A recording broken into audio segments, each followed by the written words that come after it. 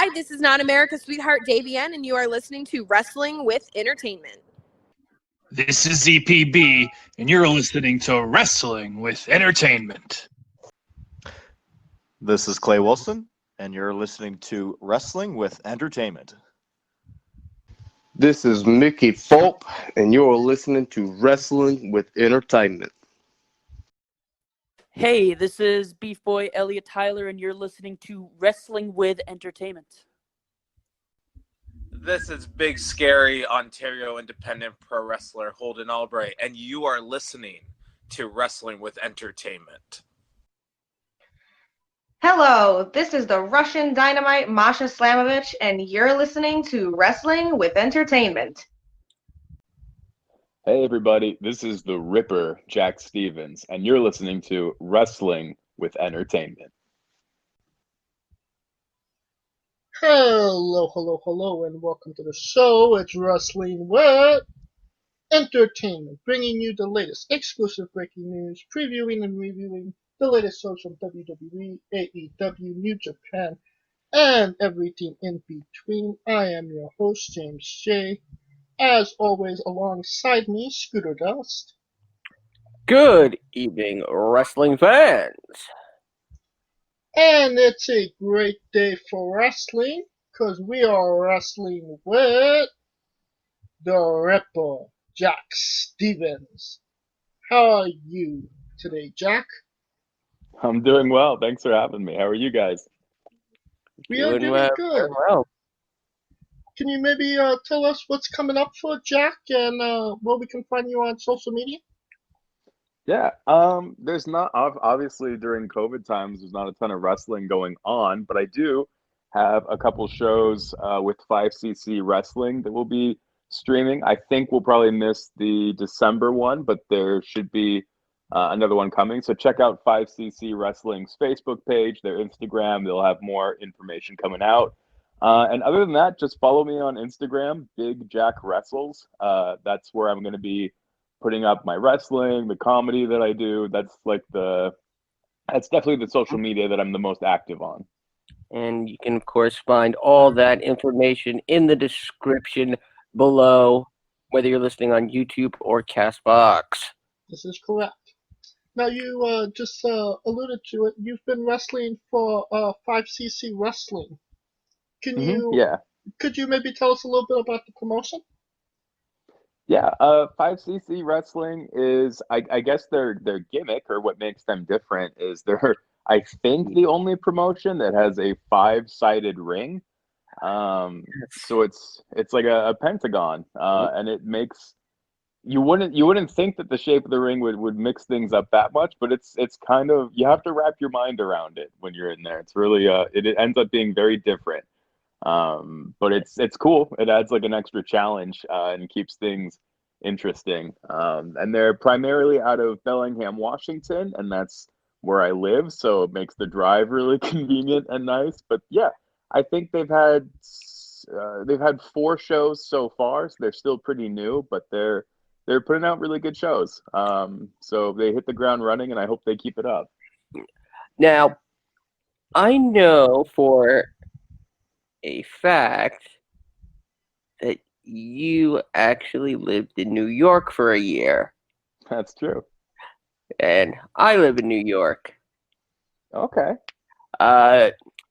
Just for a brief overview, because I did see your stand-up, and you're hilarious, by the way. Oh, thank you. That. What was your New York experience like in a few brief words? Cold, very cold. I lived in Buffalo, so not like New York City. Oh, so you prefer, you wouldn't? Yeah, I'm in New York City, so. I see. Yeah, I never. Unfortunately, I never made it over to the city. I was just freezing my butt off in Buffalo. But it was really cool. I trained at Grapplers Anonymous, is like the school out there, and they've had some pretty cool people come out of there. And just did a couple shows, and then it was time to come home. So I moved back to Bellingham, and just been, trying to get my feet back under me out here and re-enter the wrestling world of the Pacific Northwest. quick follow-up question. You said Grapplers Anonymous. Do they end every session there with a Serenity Prayer? They do, absolutely. I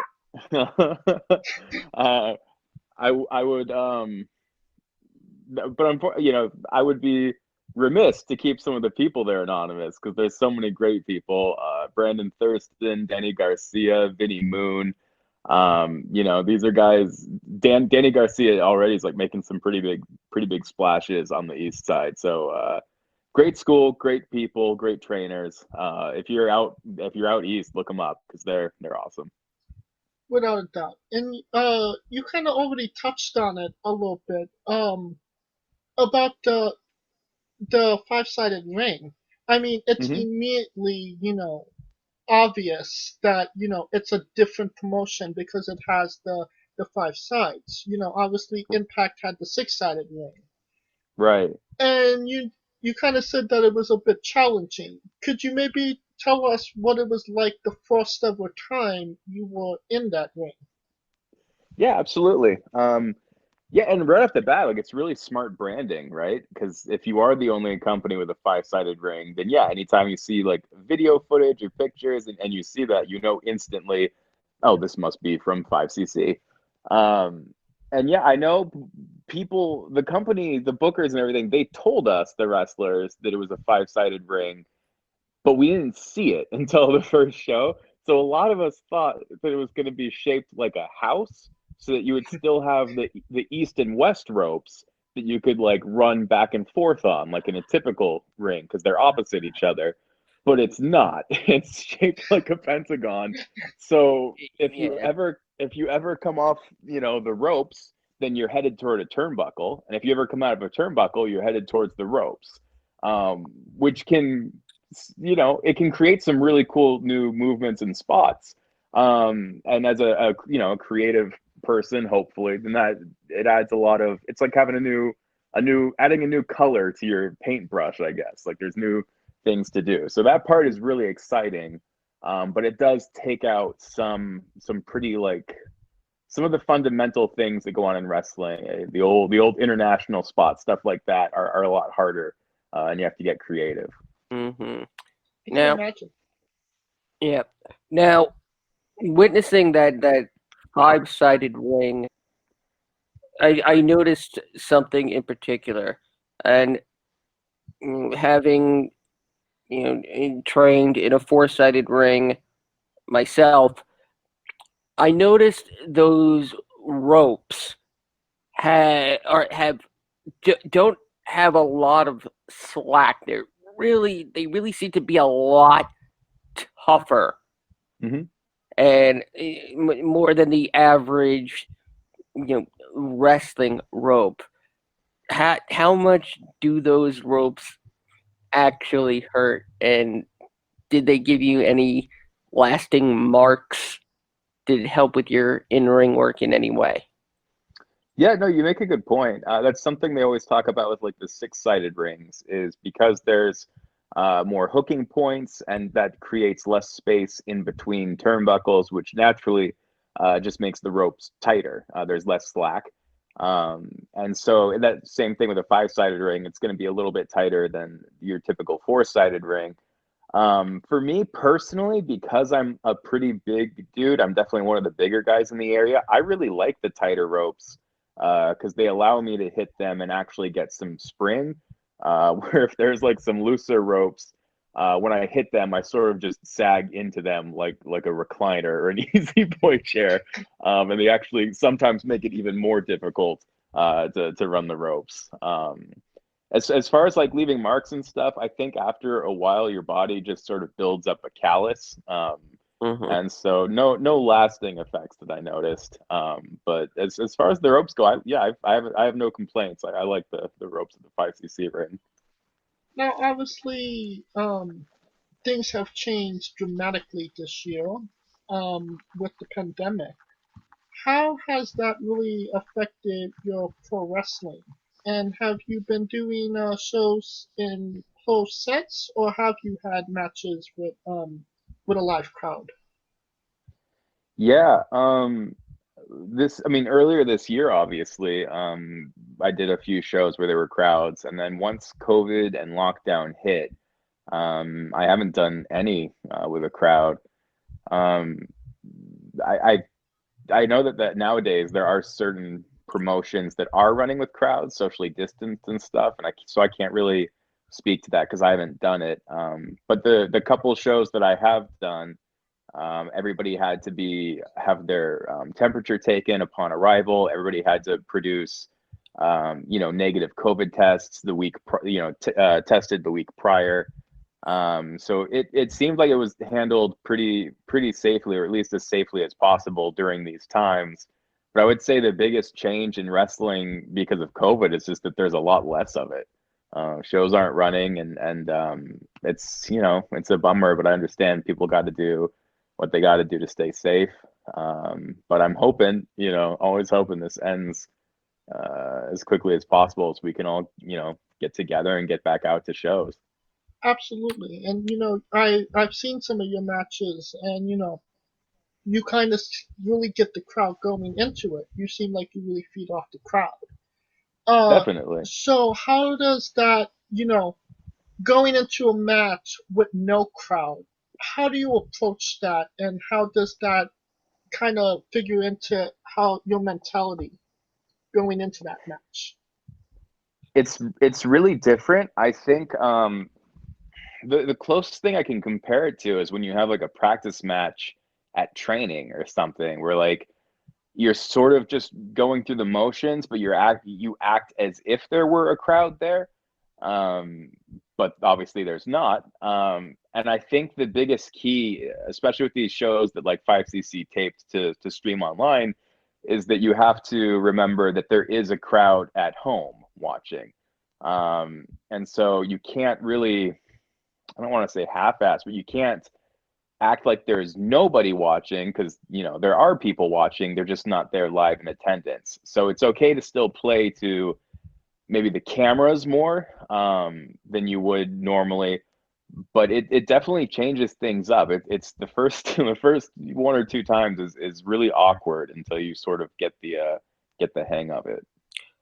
Now, something we've heard a lot of is whether a talent performing in front of no crowd or on a closed set is either giving it half as much or performing more. What would you say is your method? Do you still perform as you would if it was a regular show, or do you maybe kick it up a notch based on the fact that there's no crowd and you could really do stuff without really being criticized by the crowd? That's an interesting question. I think one of the negatives of not having a crowd there is that sometimes you can do more than you planned just based on adrenaline.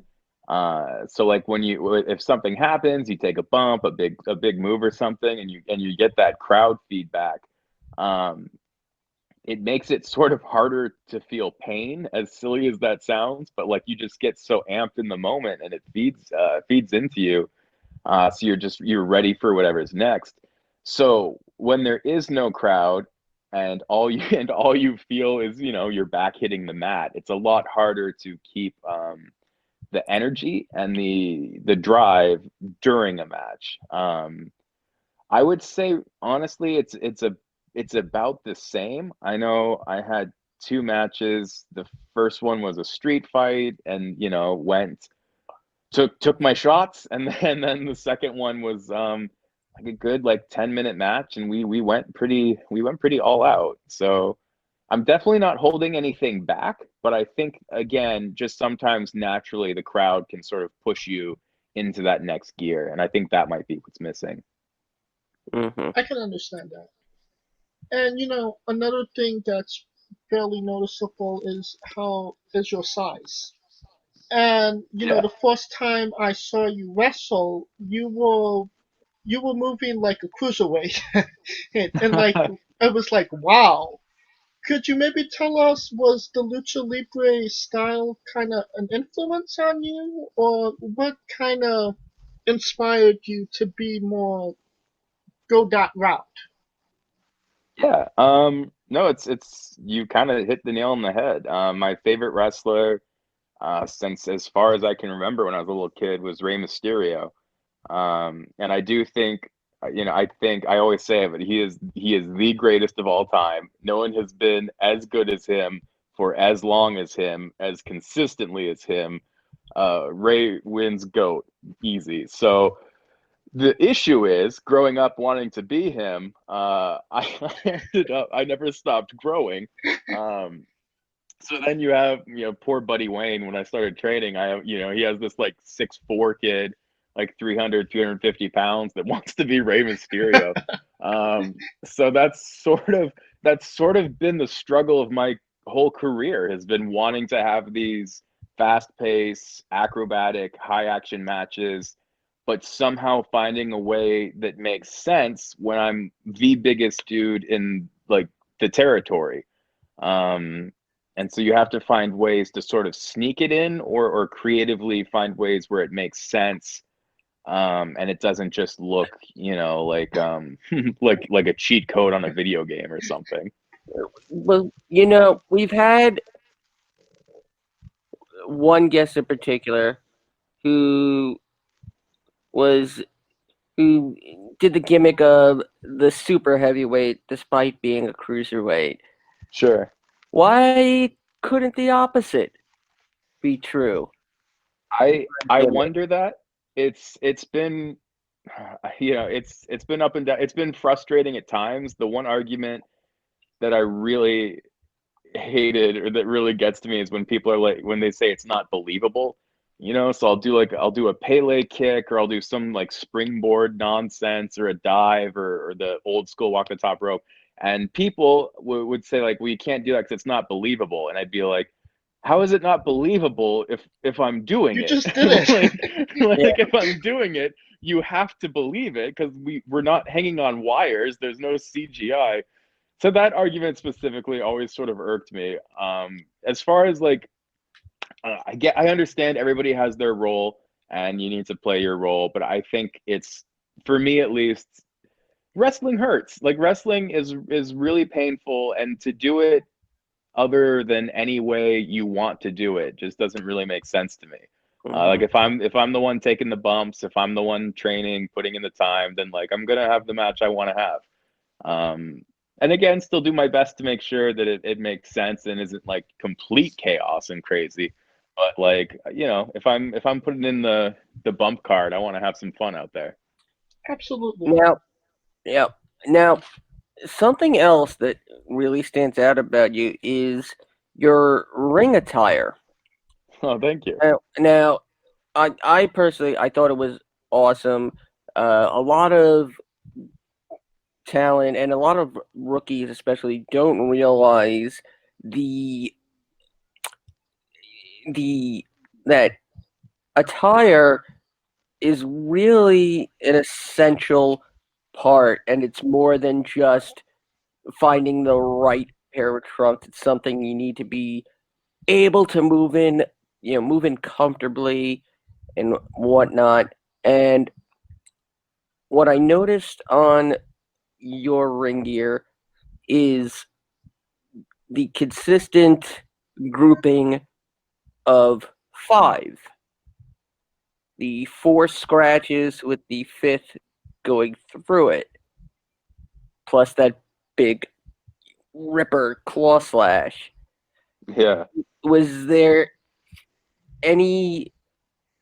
How much of that ring attire was your design? Who designed your ring attire, so we can plug them, because whoever designed it deserves a definite plug. Yeah. Well, I appreciate that. I'm very proud to say that I have, I think, over 30 different sets of gear. Wow. And Yeah, and That's I awesome. designed every one of them. It's another part it's another part of the business that I love, where it allows me to be creative. And I draw them out, I design them, and then I send those sketches to a company called eLucha, and they have a website, elucha.com. And if you go to the website, you'll notice I'm one of the pictures on the top, which always makes me very happy. But yeah, they make all my gear and they send it. And then that's pretty much the long short of it. But yeah, I design all my gear, and I wish I could take credit and say there was some sort of symbolic meaning to the number 5, but I just thought it looked cool. Obviously, the lucha influence is great on you. Have you wrestled in Mexico, or is that maybe a goal moving forward to maybe go there? Yeah, no, Buddy Wayne. I'll probably say the name Buddy Wayne. He was my trainer. I'll probably say it like 100 times during this, but he was very super well influenced by lucha. He loved lucha libre, so he sort of like sprinkled that into little bits and pieces of everything we learned. I got to train with Ricardo Rodriguez earlier this year, which was insane. That dude is just light years beyond like anybody else. He's so smart, so knowledgeable. I would really love to wrestle in Mexico, and that was one of my goals this year, one of my resolutions. I have a wrestler friend, Dirty Doug, that lives in San Diego, and the plan was to go down there, and then he was going to take me down to Mexico, and we'd have a match. I was also supposed to wrestle in Ireland this year. Didn't work out. Ooh. But, there's always next year. We'll see. We get this COVID stuff, finally out of the way. Hopefully I can do a little more traveling. That's definitely the goal. Absolutely.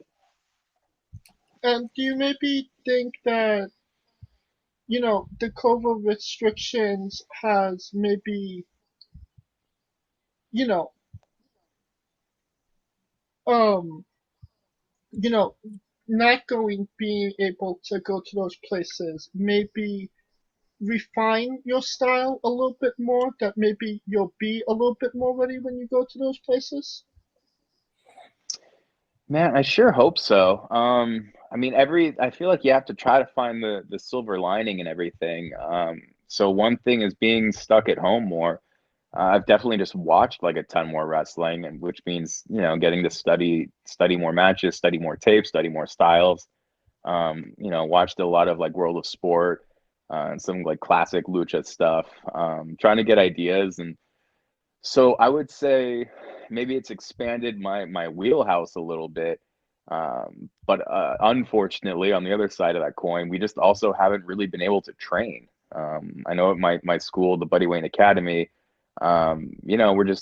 we're cautious, and we don't want anybody to get sick, and Right. we take it all very seriously. So school just hasn't been running for a while, which is sad. But again, like, I understand, got to keep everybody safe. Absolutely.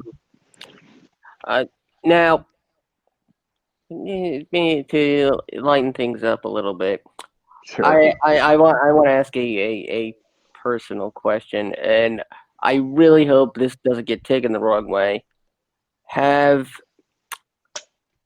any fans you've encountered told you look like a particular pro wrestler? Because there was a very eerie resemblance to somebody, and I want to see if you say the same answer. Okay. Earlier in my career, I think just because of the style of my gear and the fact that I was doing a lot of cartwheels, like I got Bam Bam Bigelow quite a bit. And I think one person said, I think it was Roadkill, like the Amish guy from ECW. Mhm. Those are the two that I've gotten.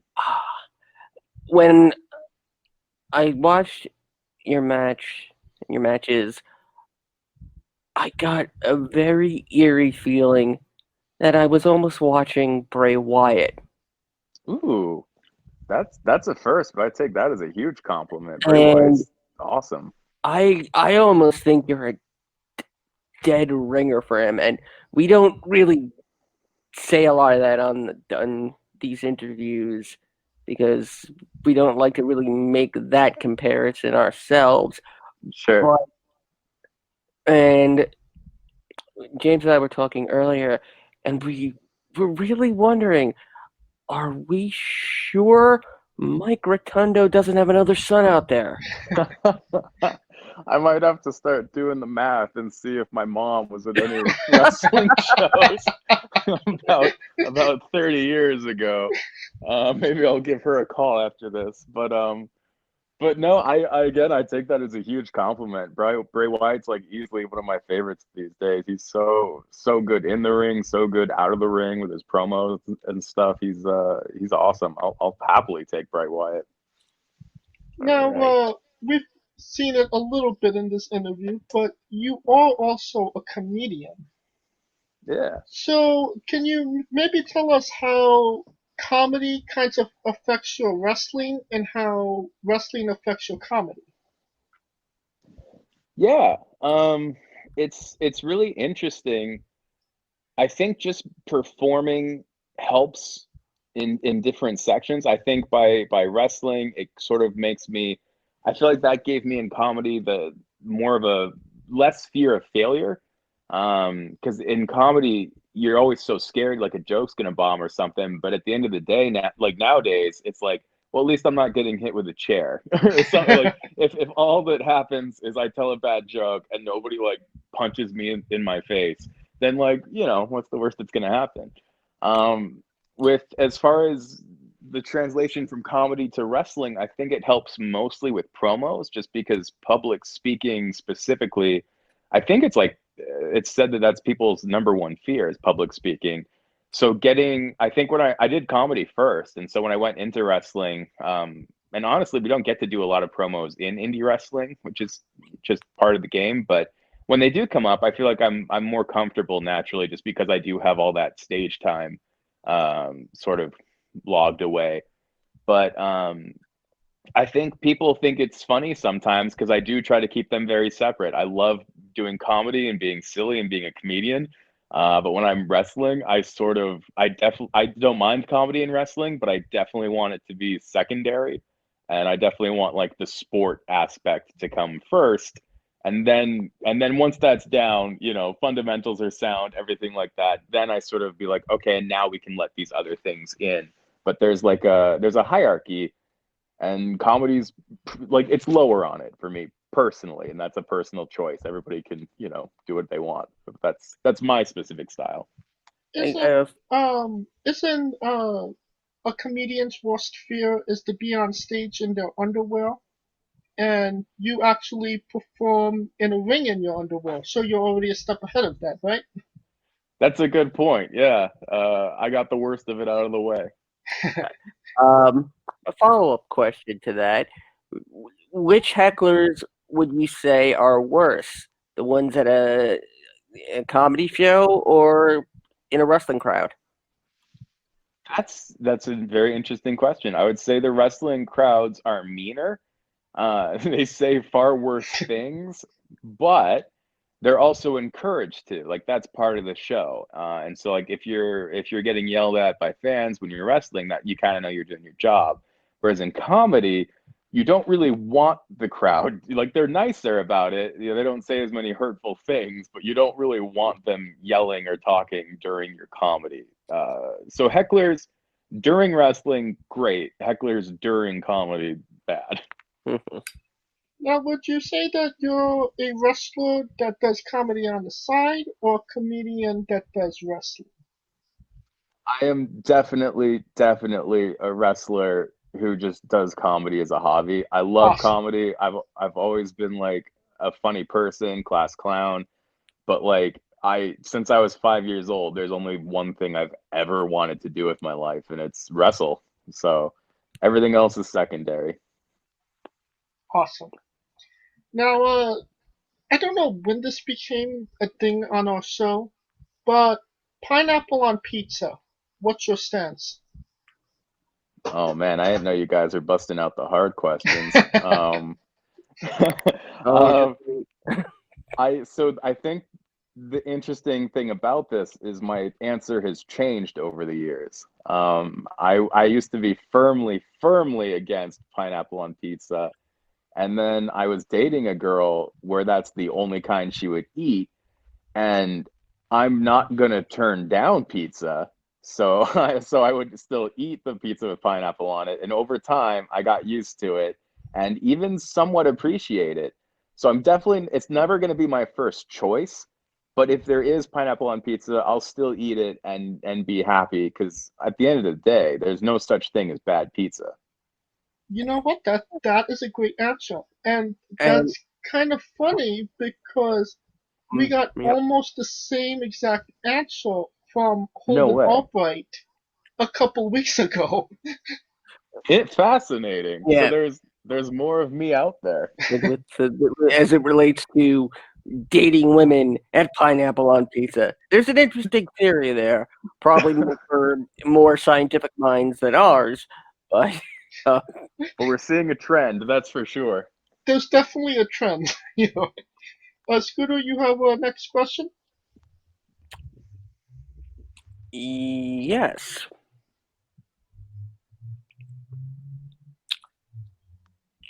Now, what is the mythos behind the Ripper? Yeah. Okay, yeah. So for the longest time when I first started, I was Frank the Tank Cunningham, and I didn't get to pick my name or my gimmick or anything. It was sort of just you're lucky to be on this show, so you're gonna do what we say. And I was like, thank you for the opportunity. But eventually I dumped it and went to just to Big Jack Cunningham. I was in a tag team, still sort of in the tag team, but with Carl the Catch Randers. We were the Cunninghams. And eventually, when I moved to New York, we sort of split the tag team. Obviously, we weren't, going to wrestle via Skype. So I figured Jack Cunningham just didn't sound super wrestler. So I wanted something new. I changed my name to Jack Stevens. Steve is a shout out to my trainer, Buddy Wayne. It was his other name. So I went with Stevens, and then Jack the Ripper just makes sense. But for some reason, I switch it around because I'm counter culture, I guess. But I want it to be the Ripper, Jack Stevens. And maybe just because that'll help with like Google searches and something. I don't know. But yeah, the Ripper, Jack Stevens. And as far as like changing the mythos and stuff, I definitely have some ideas. There's some promos I would like to shoot, and some stories I would like to tell about the character. But so far, I don't want to give anything away. But so far, it's pretty much just an extension of myself, and then maybe more to come. Mm-hmm. Now, just a little follow up there. Did you wrestle at any point in New York?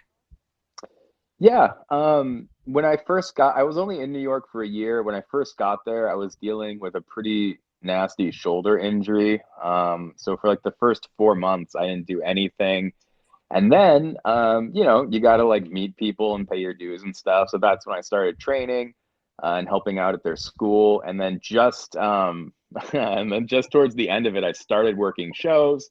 Only did a few though, and then life got in the way, and then I sort of had to, without much notice, move back to the West Coast. So it was a bummer because it sort of felt just as I was getting my feet underneath me out there, sort of had the rug pulled out. But it happens. I wish I could have spent more time there and got a little more under my belt. But I wrestled for Nickel City Wrestling, I think it was called, and then.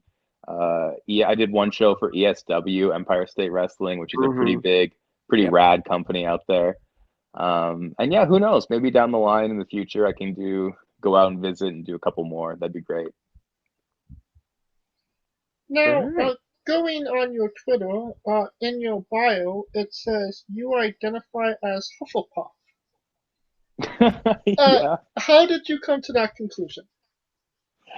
Yeah, so that's the saddest thing is I feel in my heart that I'm a Hufflepuff, but if I ever take a test, an online test, I always come out Gryffindor. So I don't know, but by definition, by like tests and stuff, I'm like a basic bitch Gryffindor. But in my heart and my soul, I know that I'm a Hufflepuff.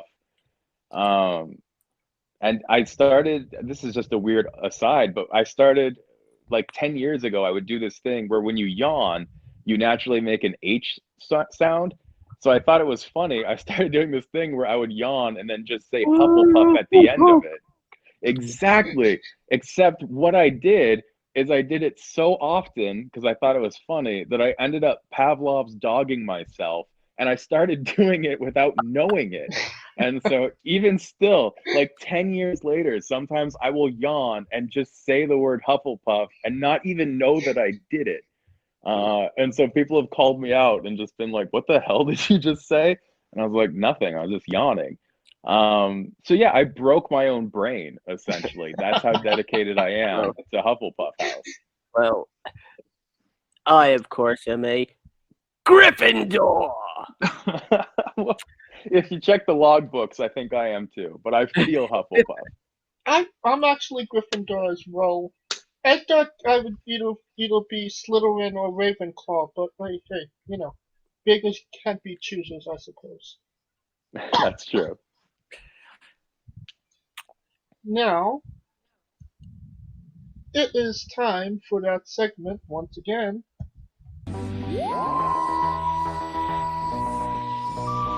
Jack Stevens' Bizarre Adventure.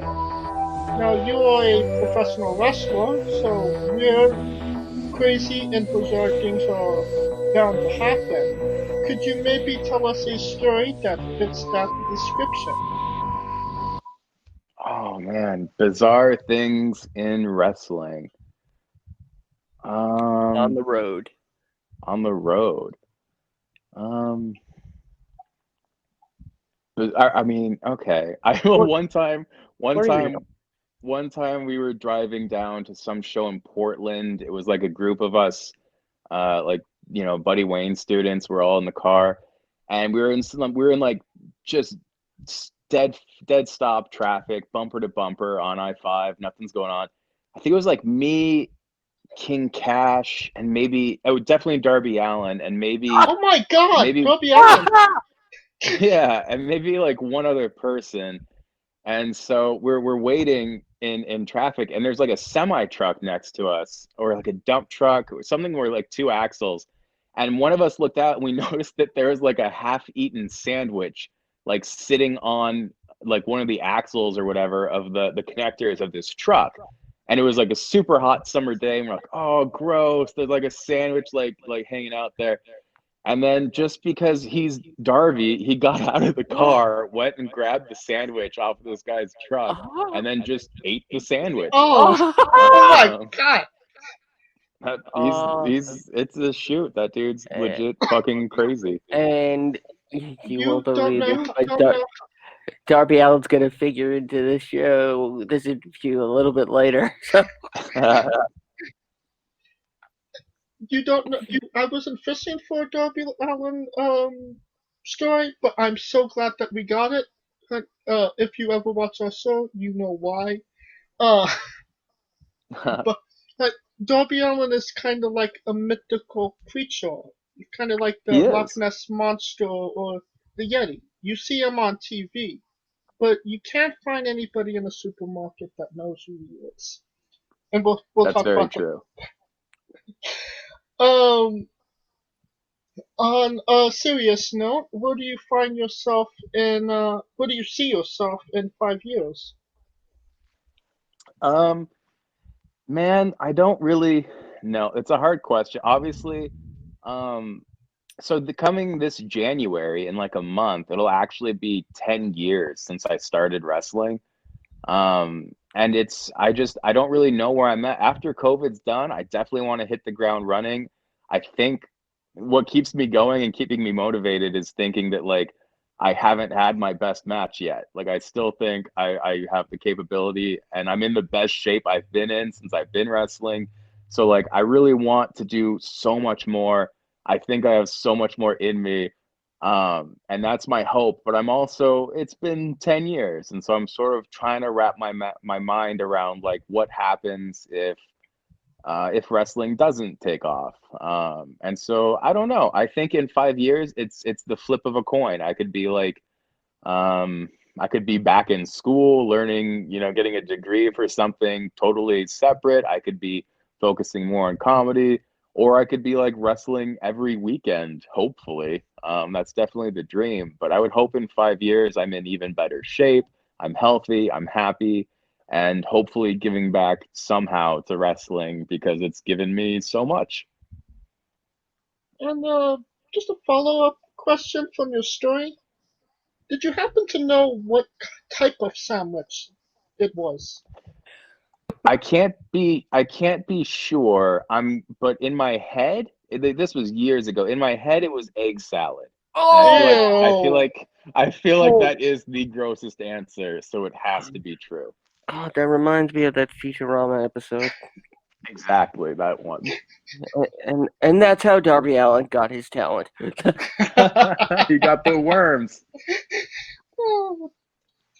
And what is a match people should go out of their way to see that best shows off what Jack Stevens is all about?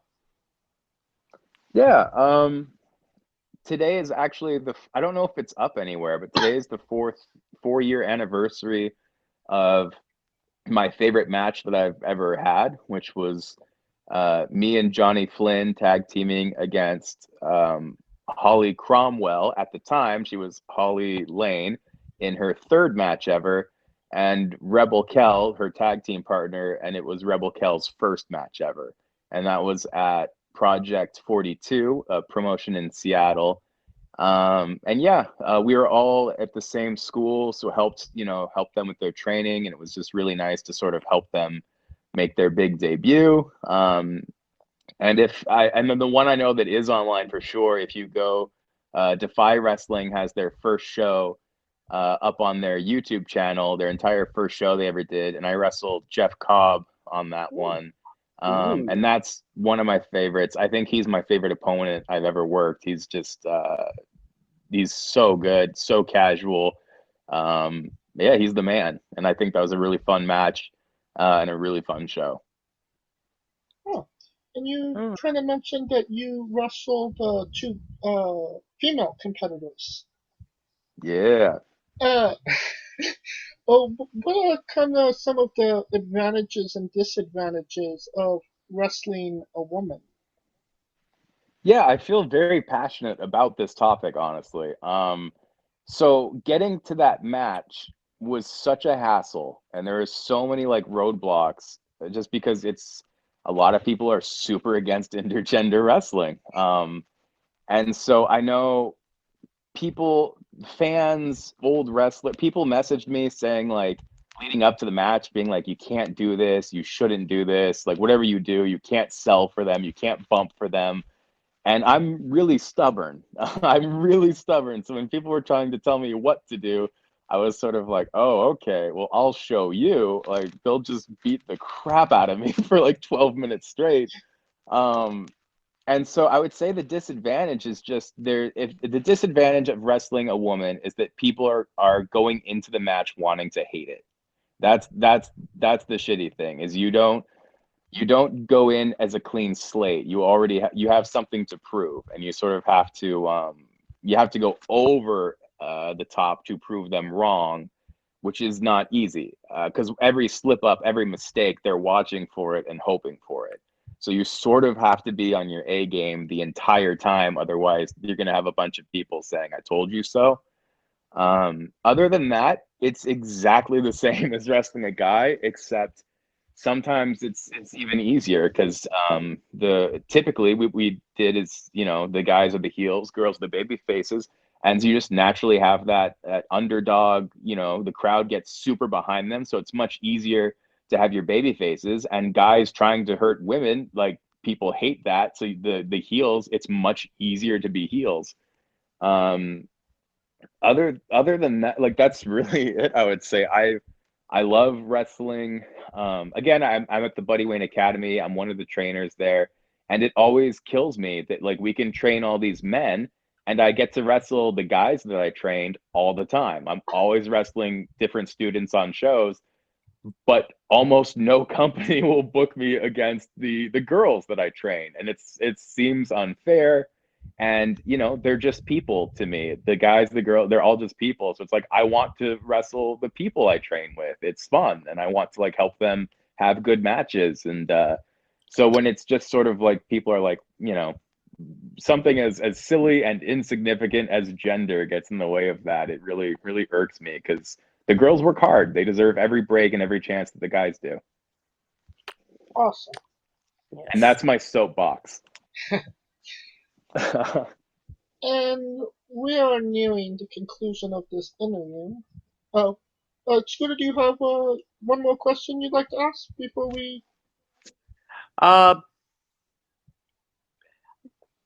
Yeah. Now you finish most of your matches off with the lariat. Well, how did that come to be your finisher?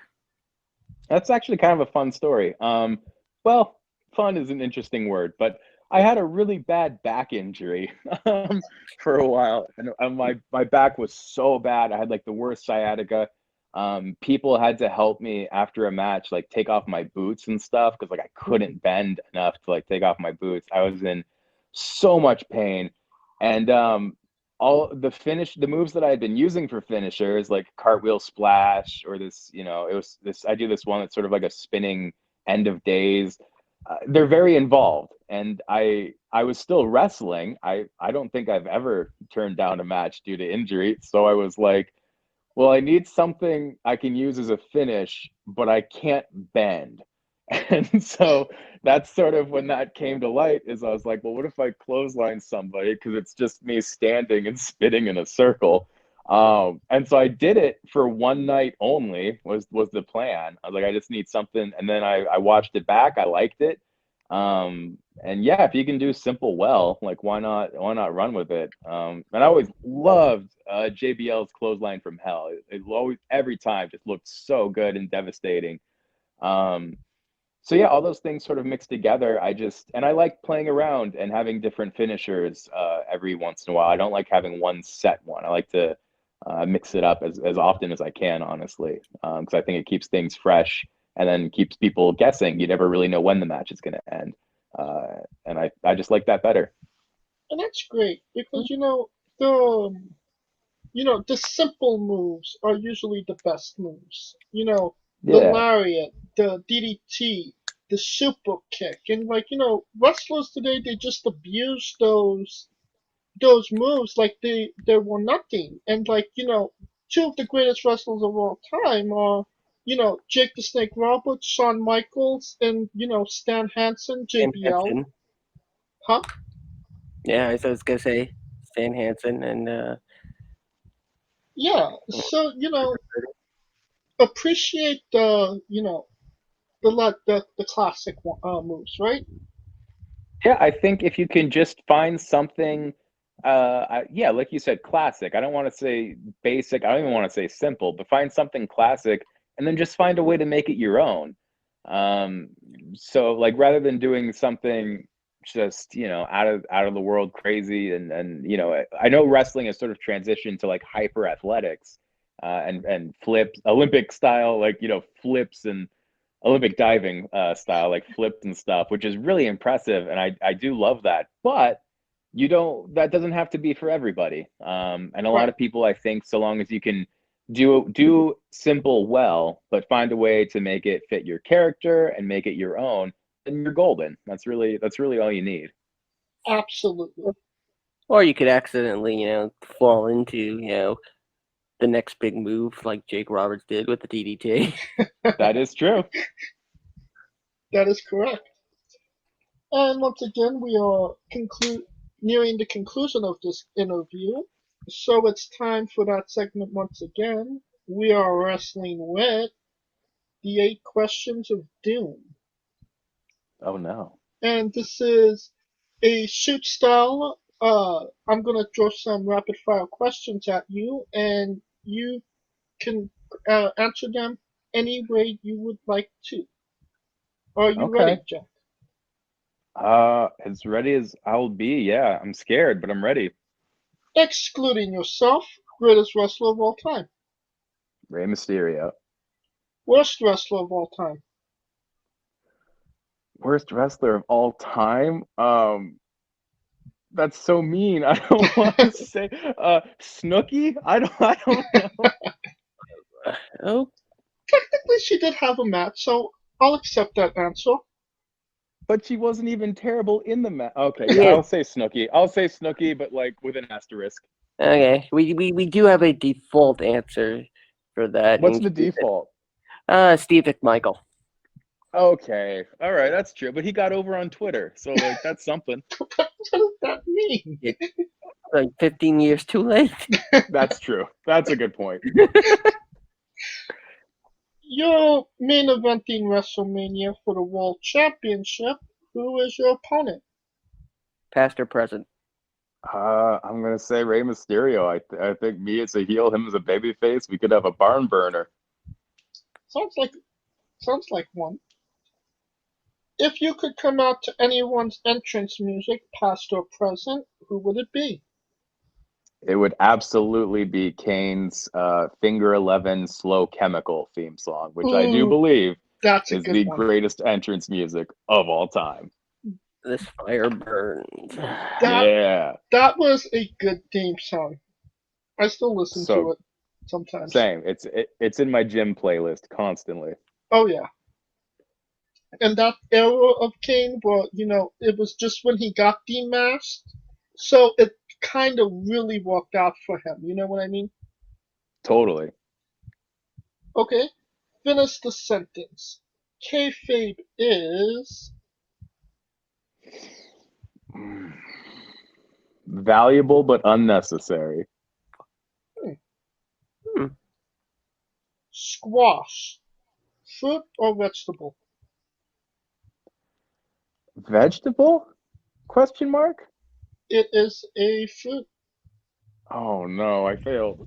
You're in good company because I think like only maybe 2 people actually answered it correctly. Okay, that makes me feel better. Yeah, so you're in good company, and it just motivates our other co-host, Kaliko Yachts. I mean, she's the one that started this whole rivalry. To continue passing along wrong information. No. New Japan Pro Wrestlers Tai Chi's ring gear gets smaller each year, exposing more of himself to the world. My question, what is the appropriate trunks to butt cheek ratio for ring gear? Oh man. If it were up to me, I would say those cheeks should be covered. I once knew a wrestler who famously put on his trunks sideways, and so he went through the leg hole, and then had one leg through the waist hole, and he ended up exposing his nether regions during the match, and that was very funny. But that's beside the point. I think just to avoid wardrobe malfunctions and just for everybody's comfort, maybe hide those cheeks, cover them up. I have to say, that's nuts. Also, that question is for a guy that wears an almost entirely body covering, spandex suit. So maybe my opinion isn't the best. Hey, no, everybody's opinions matter. And these are the questions everybody wants to know as well. And last up, the main event, the question everybody's been waiting for. Have you ever had a conversation with a complete stranger in a supermarket about Darby Allin? Yes, actually. Yes! What? Really? Yes, and this might be cheating, but me and Darby Allin were at a grocery store in Canada, and somebody he was ahead of me, and somebody paid for his food because they thought he was homeless. And after he went through, I talked to the person working the register and was like, no, he's not homeless. That's just his style. He likes dressing like that. So technically, I was talking to that lady who was a stranger about Darby Allin. James, I think we can retire after this. Yeah, I think that's the best. That was the best answer to that question ever of all time. It is a running gag on our Saturday show. Me, James, and our other co-host, Kaliko Yachts, have all attempted in some form this challenge about asking a complete stranger in a supermarket about Darby Allin. And we ask everybody that, and we've been waiting for this day. Hallelujah. And just before Christmas. Just before Christmas. Yeah, it's a Christmas miracle. Yes, absolutely. I'm texting Kaliko right now. Well, for me, it's a Hanukkah miracle. So. Sure, for me, it's Kwanzaa. I'm not sure it's serious. No, I celebrate and admire all holidays. Fair enough. And, you are a comedian, so before we end the interview, would you like to tell us a joke? Oh, I'm so bad at that. No. Okay. It's not really how stand-up works. Stand-up's yeah. Okay. It's a lot more situational. All right, fair enough. Here's the joke: Aberdeen. No. There we go. But there's plenty of comedy videos on my Instagram and stuff. If people want, they can go check that out. Fair enough. And where can, and you just alluded to it, where can we find you on social media? Yeah, I'm pretty much I bounce back and forth between Twitter and Instagram. Twitter is @JackStandsUp. And then my Instagram is Big Jack Wrestles. And Twitter is mostly like just unfiltered, my crazy thoughts about whatever is going on that day. And then Instagram is a little more professional, catered wrestling highlights, wrestling clips, comedy clips, and like promotion for upcoming shows and events and stuff like that. So I would, that's the place to check me out, I guess. And that will conclude our interview for tonight. You can catch me, Scooter, and Kaliko Yachts on Saturday, as always, as we start a new Christmas tradition of doing trivia night. Wrestling with trivia. That's a thing now. And you can always like, subscribe, and comment both on YouTube and Castbox. And you can find us on Twitter as well. You can find me at JamesJ993. Where can they find Scooter Dust? As always, on Twitter at Scooter Dust, and hold it down for the UNB Wrestling Network at UNBS Wrestling. Well, Merry Christmas and a Happy New Year, you filthy animal. For Kaliko Yachts, Mitch Mayhem, Scooter Dust, and our very special guest, Jack Stevens, I'm James J, and this has been Wrestling with Entertainment.